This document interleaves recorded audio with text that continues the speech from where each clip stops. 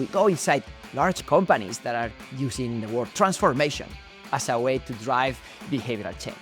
And the crazy stat is that over 70% of those transformations fail.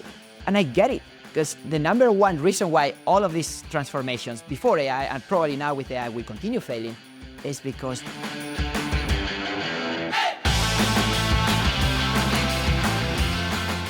This is Next Gen Builders, the show for the growth and product leaders of tomorrow. Building high growth products is no joke, but what about high growth communities? Today, we're going to dive into a product community with over 2 million members. We'll hear how they've reached such massive growth and how they've pivoted to the top trends that are on the minds of product people, including the elephant in the room, AI, and how it's changing the product management game. Joining us today to talk through all of this is Carlos Gonzalez de Villaumbrosia, founder and CEO of the Product School. Welcome, Carlos. thank you for having me, Francois. It's a pleasure to be on the other side of the table, given that I hosted you on my podcast a few months ago. I know, it's super awesome. Such a great conversation. So let's see what you have in store for me. And usually the one asking all the questions. We're going to have some tough ones today. But Great. The most important one to start with is, I've had the great pleasure of learning about you and all the great things that you've done at the Product School, but a lot of people may not know what the Product School is. Can you tell us a little bit about what you've been doing there and how you started it? Yeah, so I started the company 11 years ago before product management was cool. Today, Product School is the global leader in product management training with a community of over 2 million members. It's crazy just to think about that number because I was the first member of my community. We do training for product managers and product teams to help these teams build better products that drive revenue growth. So as an example, we've trained many companies, financial services, in healthcare, retail, and many others, because this is not a secret anymore. And that's awesome to see that this thing that kind of started in Silicon Valley for a lot of tech companies is becoming a mainstream discipline, pretty much for any company in any industry. And so what was like the genesis? Like, what was the idea to start this thing? A solution to my own problem. I am a rebel and I have a love-hate relationship with education. So as a traditional student, I always question, why am I going to, how helpful is this thing that someone is teaching me? And in a way, I not always felt inspired by some of my professors. So I'm originally from Spain. I studied computer science, moved to Silicon Valley for business school. And I also realized that it's not about the location. It's just sometimes like I wasn't finding the right mentors or even learning the things that I really wanted to learn. So I ultimately decided to build a school I wish I had when I was getting started. And that wasn't obvious back in the day because there's technical schools and there are business schools. I created this kind of middle ground product school that tries to get the best out of both worlds. And it's tailored for professionals because this is not for like high school students or college students. We're talking about people who are busy. They have a job, they have a life, right? So the magic part, I think, is first the format. This is always on weeknights or weekends, so you don't have to put your life on hold, but also the instructors. These are not teachers. They're all awesome product leaders from some of the best companies in the world, such as Netflix, Airbnb, and Uber. And I think when you put all of these elements together, you can hopefully generate that next generation of product leaders. That's awesome. So, I mean, you've really gone not just 0 to 1 or 0 to 100. You've gone like 0 to 2 million. That's amazing. Yeah, one step at a time. I mean, if I were to kind of segment the different stages of growth, I think there were specific growth levers that I had to pull at different stages, right? At the very beginning, like many startups, you have to do things that don't scale, and you are pretty much the product. So when I started, I just had an idea. I decided to test it by just starting to talk about it online. There was a lot of online forums at Reddit or Quora where there were people asking questions about product.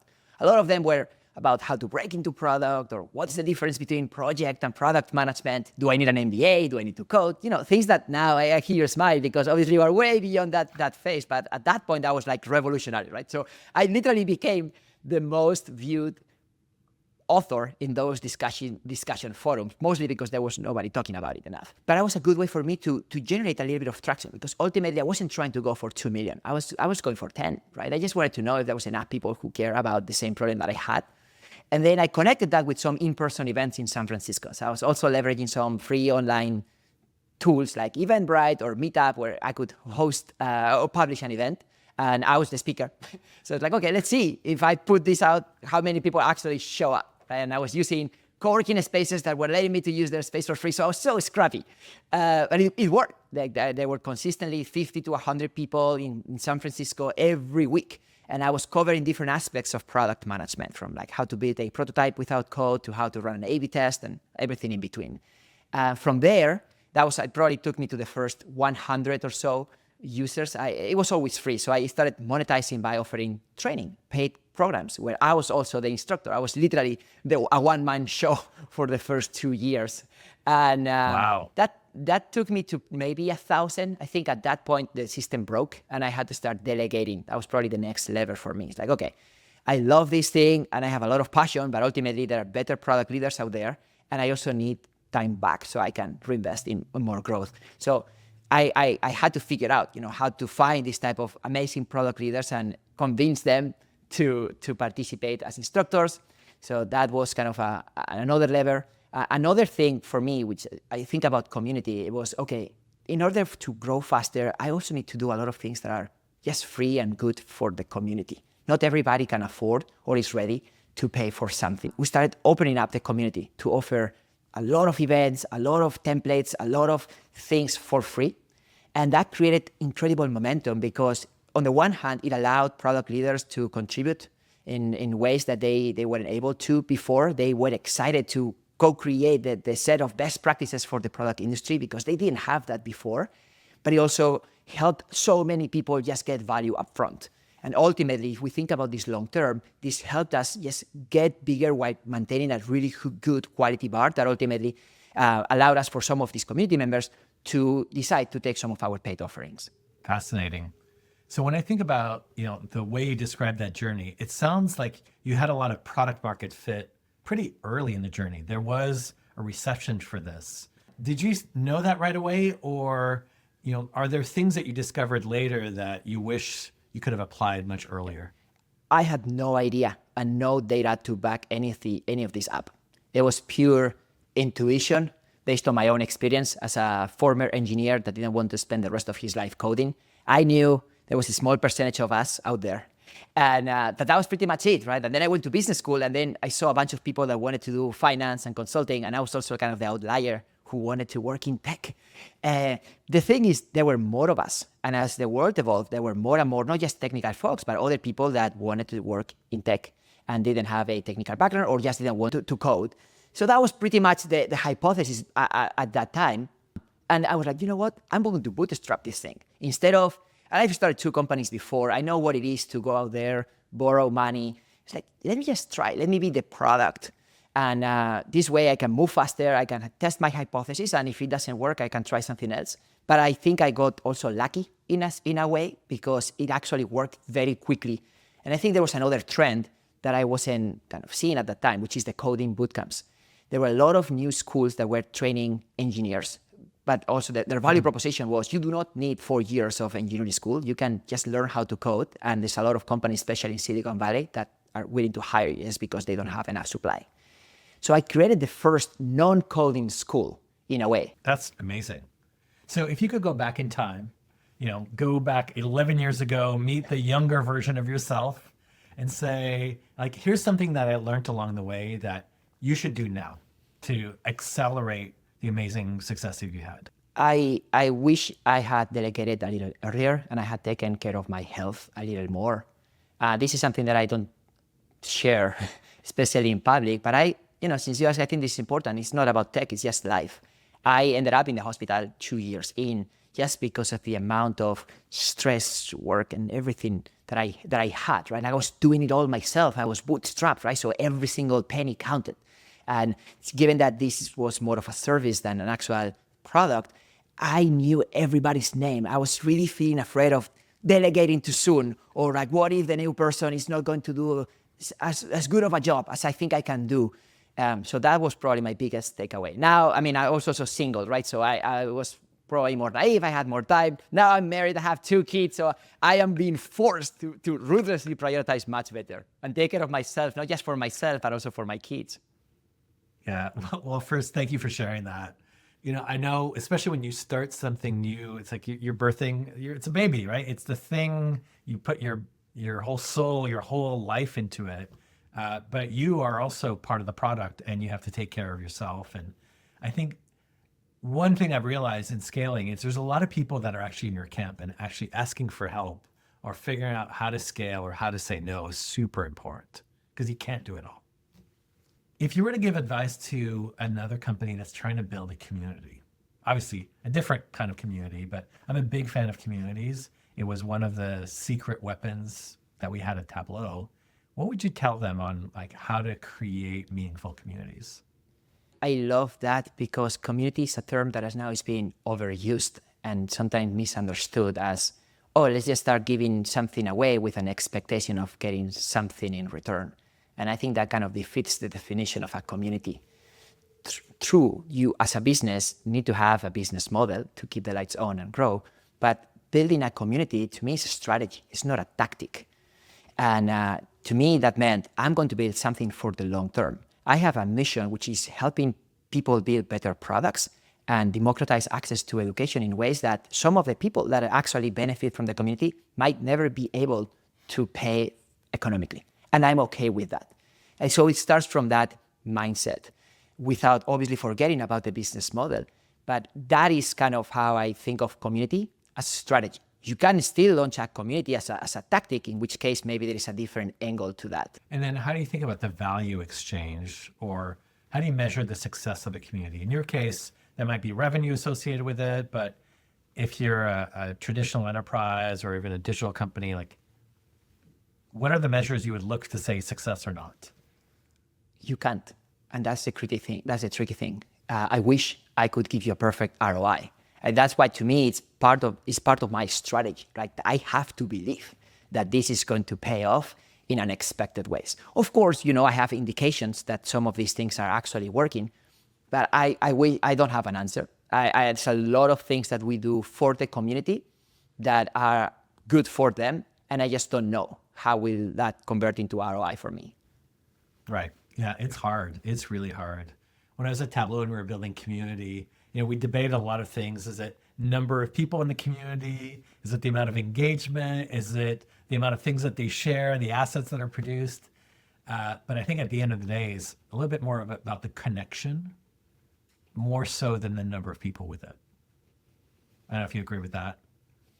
The connection piece, I mean, it's another key element of what defines a community, right? Versus what's considered an audience, right? In an audience environment, is one person that is publishing information and it's another group of people who are consuming that information. The part of a community means that there is value between members. It's not just about me as product school anymore. There's so many other stakeholders, and that's when you know that this is truly a community and not an audience. Absolutely agree. So let's switch gears and talk about one of the other things in which you've kind of broadened your impact is you've created a podcast. I was on that podcast a little while ago. Thank you for having me. And you've had some incredible interviews, talked to some incredible leaders. What are some of the things, like your favorite stories from those podcasts, and what makes these leaders so unique? Great segue, because I started the podcast, 5-6 years ago, again, before podcast became cool again. And it was You're part the of my trailblazer. I was part of my community strategy, and someone asked me, what's the ROI? And I was like, I don't know. I think this is very valuable for me, first and foremost. Selfishly, I learn a lot by just asking questions to product leaders like yourself. But also, it's part of also our mission of democratizing access to education and see how it goes, right? And if nobody's listening, then we don't have to continue. Although I kind of didn't give up. For the first few years, nobody listened, and I kept going. Anyway, at this point, we've done 260 interviews with incredible product executives. And I think of podcast and community similarly to the way Nike has thought about their own community and they elevate athletes, right? They don't talk only about their products, they talk about the athletes, and they are the ones who represent their values. We are trying to elevate product leaders and give them our platform so they can also share those good practices that weren't commonly known back in the day. So examples of some of these executives, I'll give you one, like the SVP of product at the NBA. This guy, his name is Jay Lee, is fascinating because he's in charge of the billion-plus funds that follow the NBA. And he said that 99% of these people will never set foot in an arena. So through basically digital experiences, he's able to take some of that magic to their people's homes. And we talked about immersive experiences in VR all the way to how he's localizing the app to make sure that people who want to watch an NBA game and they're in Europe don't see the score before they actually enjoy the game, and so many other things. But like ultimately the responsibility of this person is so strategic, so much bigger than what others could imagine. So that was one. I mean, I had the VP of product at Duolingo. That guy is fascinating Turkish guy living in the US. Joined that company early when Duolingo was a free translation app. And now this is a $15 billion plus public business that had incredible growth trajectory. So going deep into the growth levers and how he thought about changing the business model I love that. I think the common thing that I'm seeing now with this type of product executives, well, first of all, they're real executives. They are not under a CTO or a CMO. Like regardless of the title, CPO, SVP of product, whatnot, these are people who are at the very top, reporting into the CEO and owning revenue numbers. We talk business. We talk about GTM. Like back in the day, it was more about how did you become a product manager? What is product? What's your favorite book? And now it's all about, okay, how are you doing product expansion? What is the competitive intelligence framework that you use? How did you change this business model? We're geeking out on stuff that is not just technical, but actually business. That's amazing. And do you see these people as being willing to take bigger, bolder bets? Do they see the world in a different way? What's the secret to their success? Well, the ones that I host on the podcast, yes. Otherwise, I wouldn't host them. I'm glad I was a guest then. Yes. You can refer by another guest, which is obviously the best validation. So yes, these are ultimately curious people, right? It's people that just do not take anything for granted. And they are obviously extremely smart, they're extremely hardworking, but those are now table stakes. Like at this level, you are expected to do all of those things. Like what actually I see that is setting them apart is that they are owning the revenue number. Is that these are the people who are driving business forward. They are just not saying, well, I'm just in the business of keeping my users happy, which is kind of how product got started. That's actually really interesting. The outcome focused is they truly feel like they own the outcome, right? Which in this case is the business.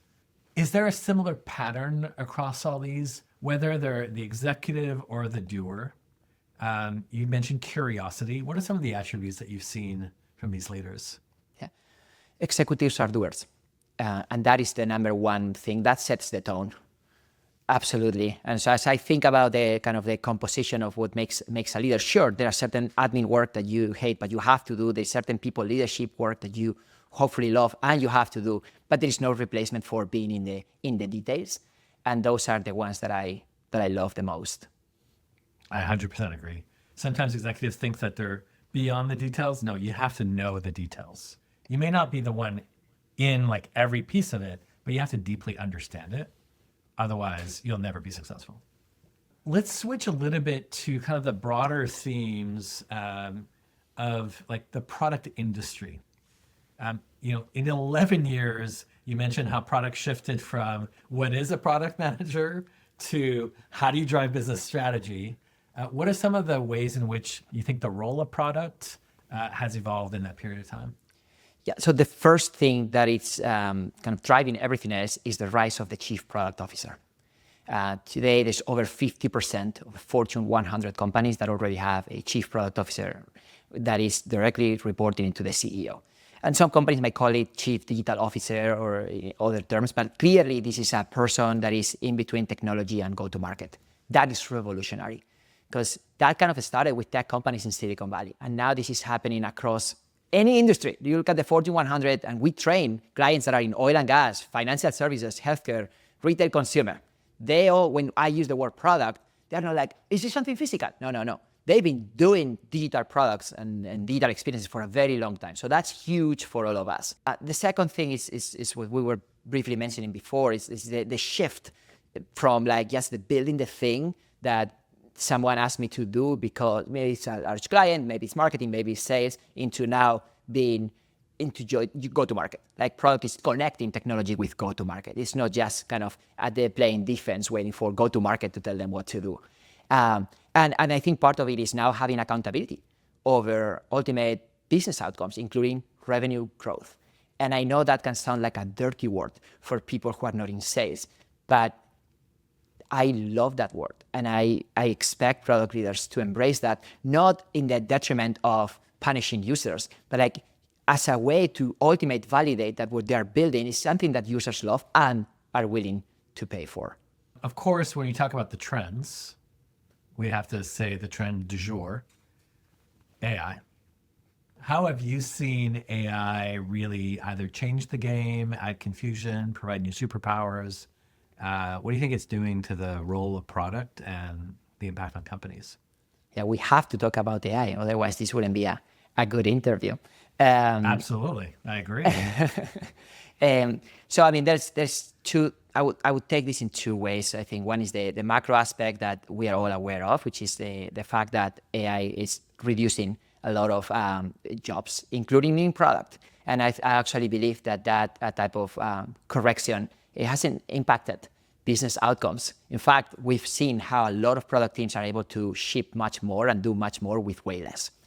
The expectation, though, is that the product teams lead the charge.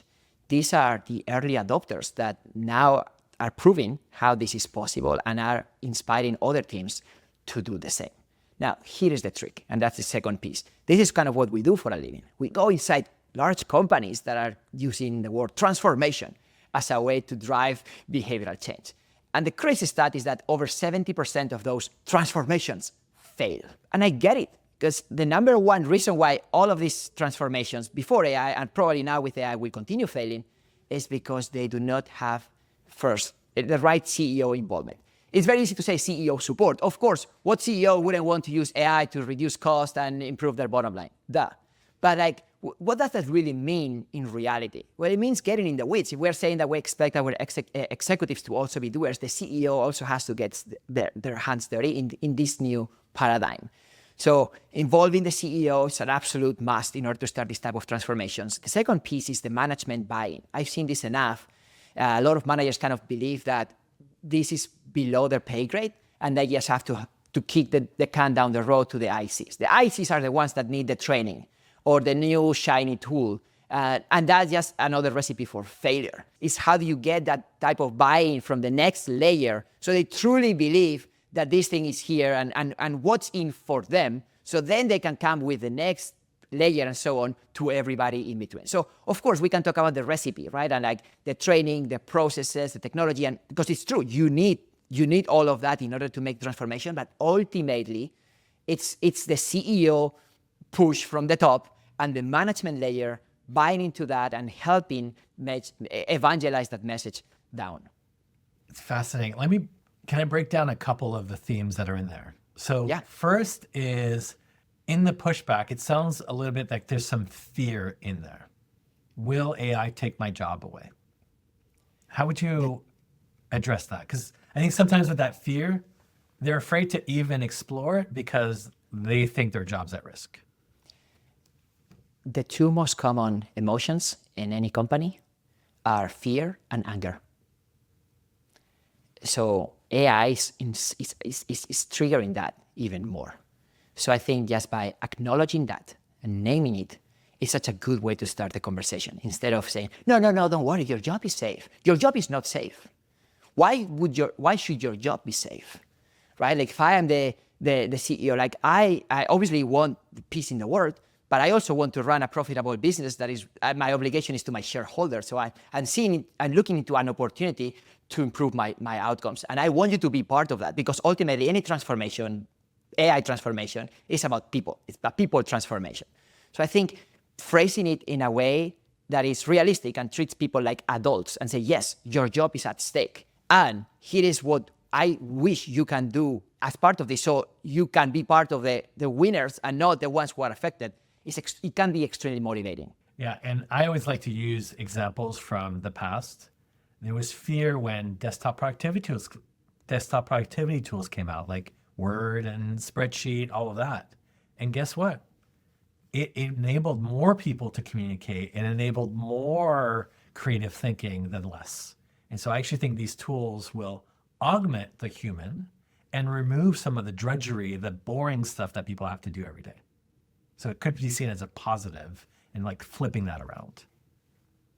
Yeah, I use this framework usually when I talk to people. First of all, I learn to treat people like adults. I remember back in the day, I was trying to go too much into the rah-rah speech. That doesn't fly anymore.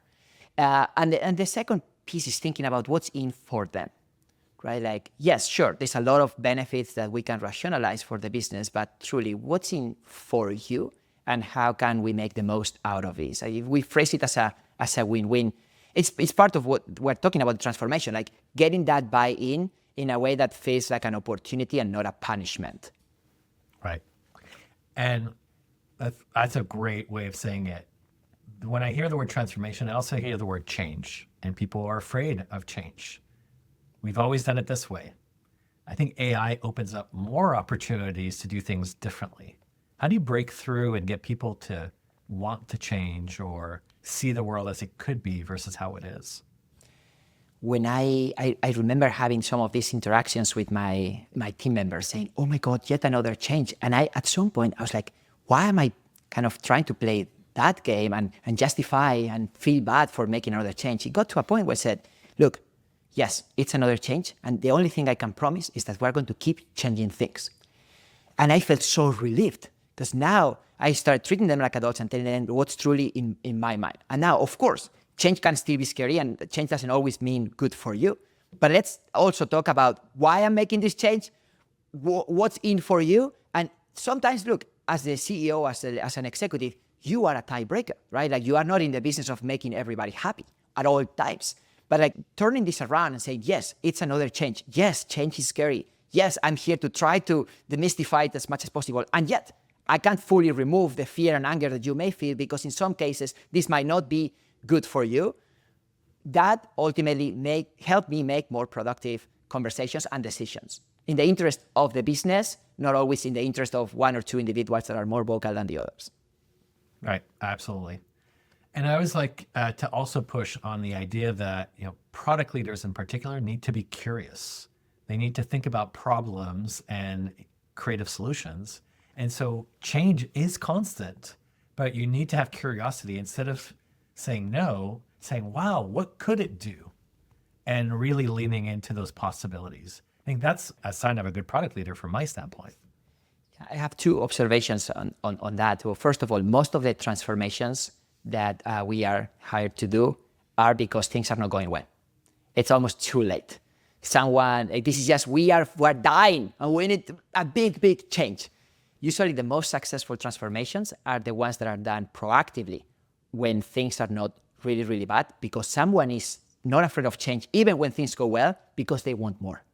So I think that is something that can help people realize that, look, this doesn't always need to happen when we are dying. Hopefully we do it in a proactive way. And number two, ideally, it doesn't always need to come from the CEO, right? Of course, when it comes from the top, it has more weight. And at the same time, you also need to I try to be flexible, knowing that when I make some of these important suggestions, there's going to be pushback. I want pushback. Like, why would I want everybody to say, yes, sir, let's go? That I would hate that. I've been there before. I don't like that. And I don't think that's productive for anybody. So I can't make that healthy friction to see how people would react. And I think the magic is kind of in those interactions to then create a solution that works for them, and they feel empowered enough to then go and make happen. That's fantastic. If you were to give advice to enterprises on, leaning into innovation, what tips or recommendations would you give them?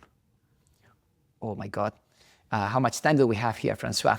As long as you want. Yeah, I actually hate giving advice without context. And you know this well, right? As a product person, I want to flip that and start asking you questions to qualify you before I start getting into that, but I'm not going to do that now. I can speak from experience based on what I've seen when we do this type of transformation. So first is what we were discussing earlier. Like the companies that are the most successful doing this type of transformations usually start the transformation before things get very ugly. So I think keeping an eye on that is helpful. The number two is truly having a CEO, not just support, but involvement in the initiative is absolutely critical. I've never seen a single transformation go well that was just led by a middle manager. And the number three is just once we assume we have the CEO involvement, management buy-in, and we are now into the execution part, the tracking piece, the actual iteration piece is critical, because the word transformation is just so misleading. It kind of implies that you go from A to B and then you are done, while in reality it's an iteration. So ensuring that, look, this is not pretty, and that this is not easy, and that we are going to screw throughout the project, but this is ultimately a product and not a project. And having the patience, to continue trying things and changing things and saying it's a change without fear, it's something that is very, very important. I hate seeing consulting firms come into the boardroom, give the big PowerPoint presentation, tell people what to do, and then they leave. And then who is going to do that implementation? It's so true. Say more about that third topic. You said having the metrics or the way to inspect, like how do I know if I'm heading in the right direction? I call it adoption tracking. It's basically what we do, right? Is we go in and implement a specific transformation. So I treat it as a product. So yes, identifying what is the set of initiatives we are going to tackle first and what is the success criteria, and then put people through the process, which includes upskilling. It includes changing certain processes. That's another big topic. Processes are not bad. People talk about, processes. Too many processes is bad. But some processes actually very good, very healthy. You don't want to get into bureaucracy, which is what means multiple processes, but like some processes. So those elements, like the upskilling, the processes, and then the technology, right? Like how can we actually do things better, faster, and not just because, Johnny was here and he used to do it that way, right? So those are the three key components of what I call the adoption tracking. And then as we do that, it's bringing in the executives, because it's so easy to delegate the thing, right? Like once you sign off on the agreement, you say, okay, this company is going to do the training, great. And then let me know when everybody's trained. We all receive a certificate, and then what, right? So and we're not done yet. And like we're going to continue. And this is never over. Like any good product is never over. It's so true. When you're doing these transformations, and you said it perfectly, it's not a direct line from A to B. You may want to head to B, but it's going to be a zigzag. It's going to have highs and lows. It can be easy for people to want to pull the plug because it's not going in the right direction.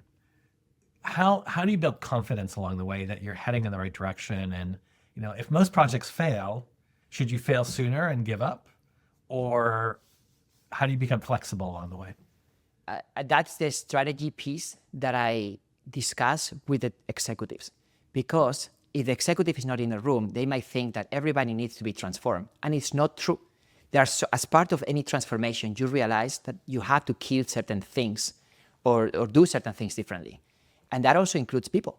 It's a hard reality, but like not everybody is going to embrace the new paradigm. So in order to do this right, we are looking at, okay, who doesn't need more training? Who literally needs to jump off the ship because it's just not going to help everybody else? So that's a big one. And then the org design, like truly identifying what is the right seat and then putting the right people and the right seat. Because as part of product strategies is the people component, the org design, and there is no silver bullet, right? So we need to really go deep to understand what's the company strategy and how can we set up this team for success, knowing that like in any product, we might also iterate the org design, but like all of these components need to play out, and an executive needs to have enough decision-making power to really incentivize change. Otherwise, this ends up being just a cute training initiative that doesn't really change any behavior. Last question I have is thinking about product school this year. We're starting a new year. What are some of the big priorities or big initiatives that you think are going to be really, really important to customers that product school will be focused on this year? So the biggest priority for us is to help more organizations execute their AI transformations right, which is critical. That's what we've been doing in different ways. When I started the company, we were mostly a consumer business. We were training individuals, help them grow their careers in product. Now, the majority of our business is actually enterprise. We go in large organizations and transform their product teams. So AI is the next paradigm for a lot of us.